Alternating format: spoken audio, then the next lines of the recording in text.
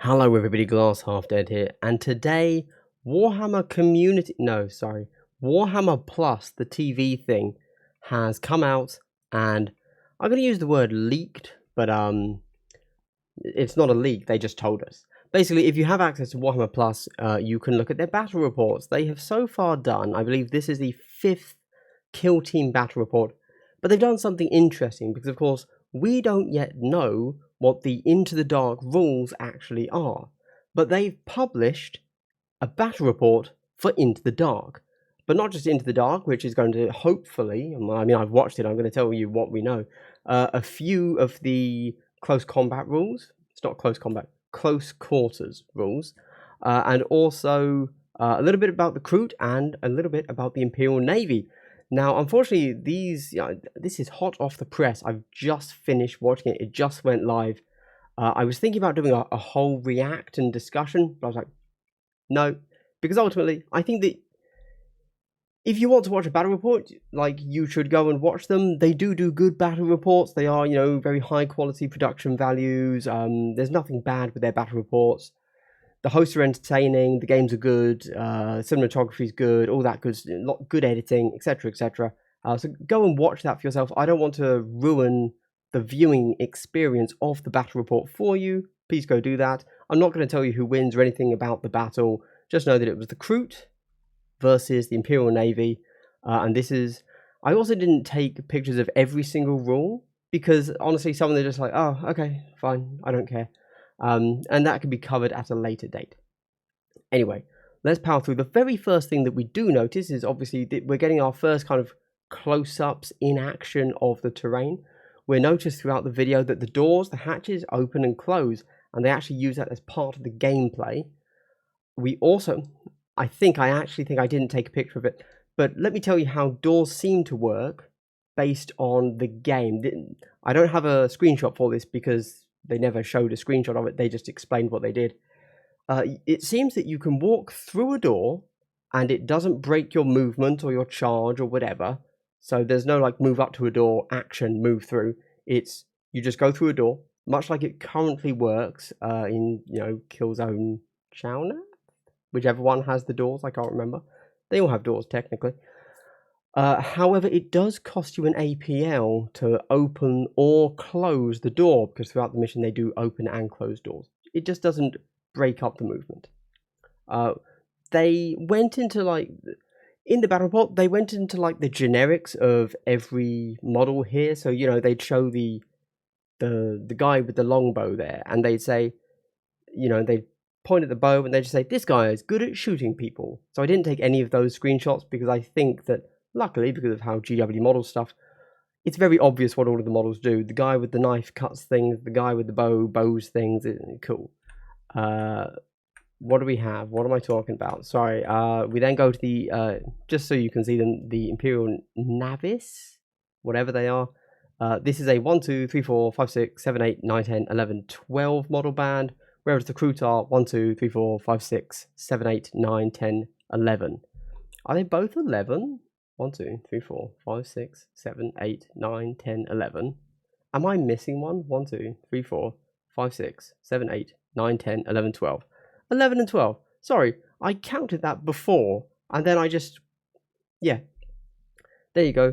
As we go through, we find out a little bit more about how the Pequar stuff works. I didn't really pay attention to it. One thing they didn't do was they didn't show us any actual data sheets. So we had to kind of guess what their hit points were based on how much damage they did. And they only showed some weapons and not all of them. But anyway, let's go through it. So the first thing we see... oh, sorry.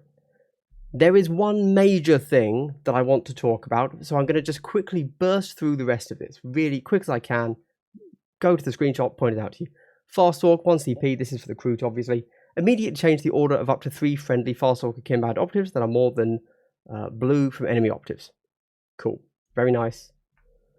This is the deployment. This is the map that how they laid this out. Looks cool. Yep, I just thought you'd like to see it. Obviously, it looks much better with the terrain, but I assume that this is the sort of thing we're going to be working with, just in different loadouts. That's the thing I want to talk about. But we'll quickly look at the Navis shotgun. So this is, I think, like the basic weapon for all the navies, I don't know. It seems that they have the ability to do close range or long range. If you're close range, it's 4 attacks, hitting on 3s, 3, 3, range 6, obviously. Long range, 4 attacks, hitting on 5, 1, 2. So I almost want to say that the long range option there is purely for a fluff reason that you can technically do it, but I don't know when you ever would. Unless you're taking some crazy long shot through a doorway, who knows. Oh, and that's the end of that. Okay, so we'll go the other way. We go over to, and then we have the Navis Las Volley. Now this, there was a very interesting interaction, which hopefully we'll talk about in a moment, involved with the Navis Las Volley. But yeah, this is the big rotary cannon type gun. 6 attacks, hitting on 4s, 3, 4. Obviously 6 attacks, always good. Hitting on 4s means you're going to be averaging 3 hits, etc, etc. Which actually isn't great. If it was hitting on 3s, totally different gun. I took a screenshot of this because this is part of the big thing, but actually that's just standard Overwatch. Don't worry about that. However, I want to point out that in this thing here, one of them is charging the other one. Not standard Overwatch. Ignore these, thank you. This here seems to be some sort of ability that the Imperial Navy guys got to use, and it was like an ability of the leader to be able to use it for free, because there's both an attack order and a defense order. Just to very quickly read it for you. Place one of your attack order tokens anywhere in the kill zone. Each time a friendly breacher operative fights in combat or makes a shooting attack while within 3 of that token, in the roll attack dice step of that combat or shooting attack, you can reroll any or all of your attack dice results of 1 result, e.g. results of 2. At the end of the turning point, remove the attack order token. You cannot use strap points in the same turning point in which you use the defense. Sorry, this one. Yeah, so you can't attack and defend, but there you go. Breach and clear. So this seems to be the big Navy breacher ability, right? So you've got the leader that lets you do the attack and defense strats, but this here seems to be the baked-in ability, and so let's pay attention to it. Once per turning point, when a friendly breacher operative is activated, you can use this ability. If you do so, select one other ready friendly breacher operative visible to and within 3 inches of that operative that is eligible to be activated. Until the end of the turning point, those operatives are treated as having a group activation characteristic of 2. When the first operative's activation ends, you must select the second operative, even if it is not in the same type, to fulfill the group activation requirements. This means at some point, okay, so your breaches, it's called breach and clear. The idea is you've buddied up, right? Let's say you're running your endurant, that's your dude with the big shield. He's running up first. You breach and clear, he goes in, right? If anything crazy is going on, like he's in first, then the next guy comes in. Sounds super cool, super fluffy, super thematic, and I imagine there will be ways to make this not just fun and look cool, but actually be absolutely devastating. I will say in the game that they played, obviously things did die, but nothing got like absolutely wrecked. Like, it was always like 1 or 2 dice off of being just fine. Anyway, let's keep going. This was just a piece of equipment for the Kroot, which seemed really interesting. So if they have a Kroot rifle or Kroot pistol or dual Kroot pistols, you can give them this. It's a piercing shot, 4 attacks. Ballistic skill is whatever your normal gun is. Damage 3, 4, but it's AP 1. So it's like you get to load up a piercing shot, take 1 shot with it. But then a particular operative, I don't know which one. This operative is equipped with piercing shot and toxin shot. We don't know what that is. And they do not cost any equipment points for this operative. Those weapons can be selected for this operative's use twice instead of once. Pretty cool. Certainly, I mean, that's a good gun, you know. We don't know what the ballistic skill is. Or do we? Oh, hold on. Yes, we do. So, Kroot hunting rifle, 4 attacks, hitting on 3s. 3, 3. Now, hold on. Kroot hunting rifle the piercing shot can only be used on a Kroot rifle or a Kroot pistol, so it can't be used on the Kroot hunting rifle. Therefore, I suspect that the Krut hunting rifle was used by the sniper who's hitting on 3s, whereas the normal Krut rifle will be hitting on 4s. And we don't know what the standard damage profile will be. Presumably the same as Compendium, but you never really know. Then this was a Breacher ability that we saw. Oh gosh. Put down a token, you can walk through the wall. There you go. That's essentially what that is. Very, very similar to the Worm Cult token thing. And then we have, where was it? Ignore that. Ignore that. No. No. God. Let me zoom in for you. Let me zoom in, because this is, we need to see this. We need to see this. It doesn't zoom in great. Let me read it to you. Let me read it to you. So 1 AP. The operative goes on guard. See below. An operative is on guard until any of the following are true. It performs a guard attack or any actions, excluding pass. An enemy operative ends an action within engagement range of it, and it does not make a guard attack. Okay. Its order is changed to conceal. It is the end of the turning point. This action is treated as a shoot action. An operative cannot perform this action if it has a conceal order or while within engagement range of an enemy operative. Okay, so I don't fully understand this, but something weird, basically, it seems to be, and I don't know how exactly, but in the image I showed you where that said Overwatch, I believe the breacher was charging the Krut, and the Krut said, okay, because I'm on guard, I'm going to overwatch you. And he then shot and killed the breacher that was charging him in the middle of the breacher's charge. Okay. Then we had the guy with the big rotary cannon las volley gun. That one confused me even more, because from what I can see here, this wasn't, none of this was fulfilled. So it performs a guard attack or any actions. Maybe it performed a guard attack, I don't know. But basically, the guy with one of the Krut was going to charge the Endurance, the guy with the big shield.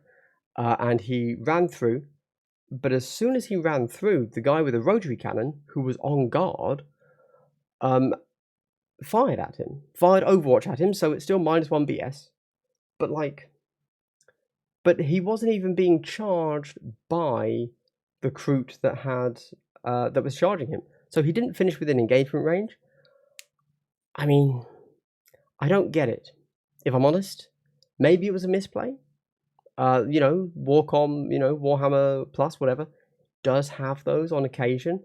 But this was very interesting, and it seems like, because you can now do an Overwatch, like a more traditional, what we would assume an Overwatch is, where you're getting charged, and you can shoot them before they get to you.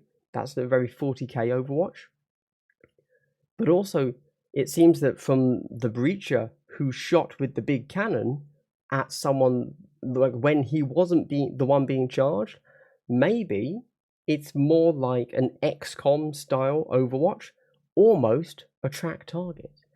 And it seemed like everybody could use this. When they used it, multiple people used it, and there was no like, oh, well, because this guy's a specific keyword, he can go on guard.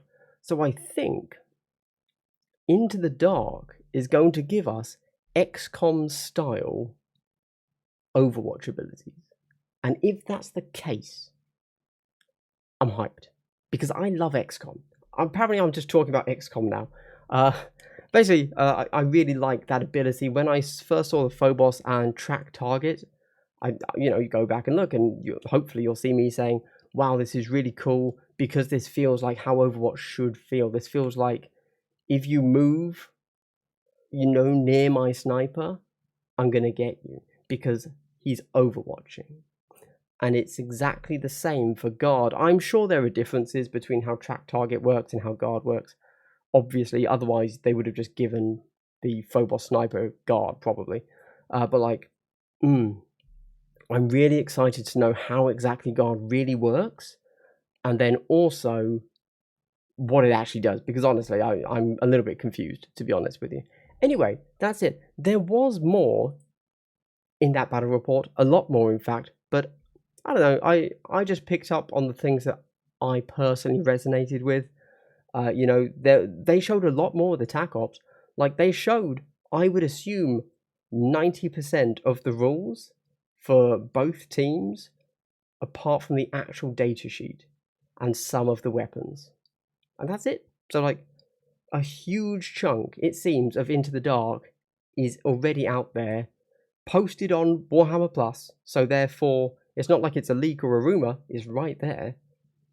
Pretty hype. Pretty cool. Guys, we're having a really good time for Kill Team at the moment, aren't we? Let's just say, you know, hey, my intercessor team breakdown is going to be coming maybe tomorrow, so stay tuned for that. It'll be nice and quick, nice and easy, because I already did the hard work of having a chat on my Kill Team podcast called Vantage Point with Ace and Matouche, who are like the top players in Spain and Poland respectively. You know, I sat down with them, they told me the information, and now I'm going to be disseminating it to you, hopefully tomorrow, or at least day after, who knows. But anyway, get hyped for that. Free rules, free light rules, free team, and now a little peek into what Into the Dark is going to be, and possibly Guard is basically XCOM Overwatch, which gets me officially hyped. Okay, guys, this has been Glass Half Dead. I hope you've enjoyed, and are you hyped for Guard? Oh, the ability, not Imperial Guard, but them too, sure. Alright, guys, I hope you've had a good day and continue to have a good day. Goodbye.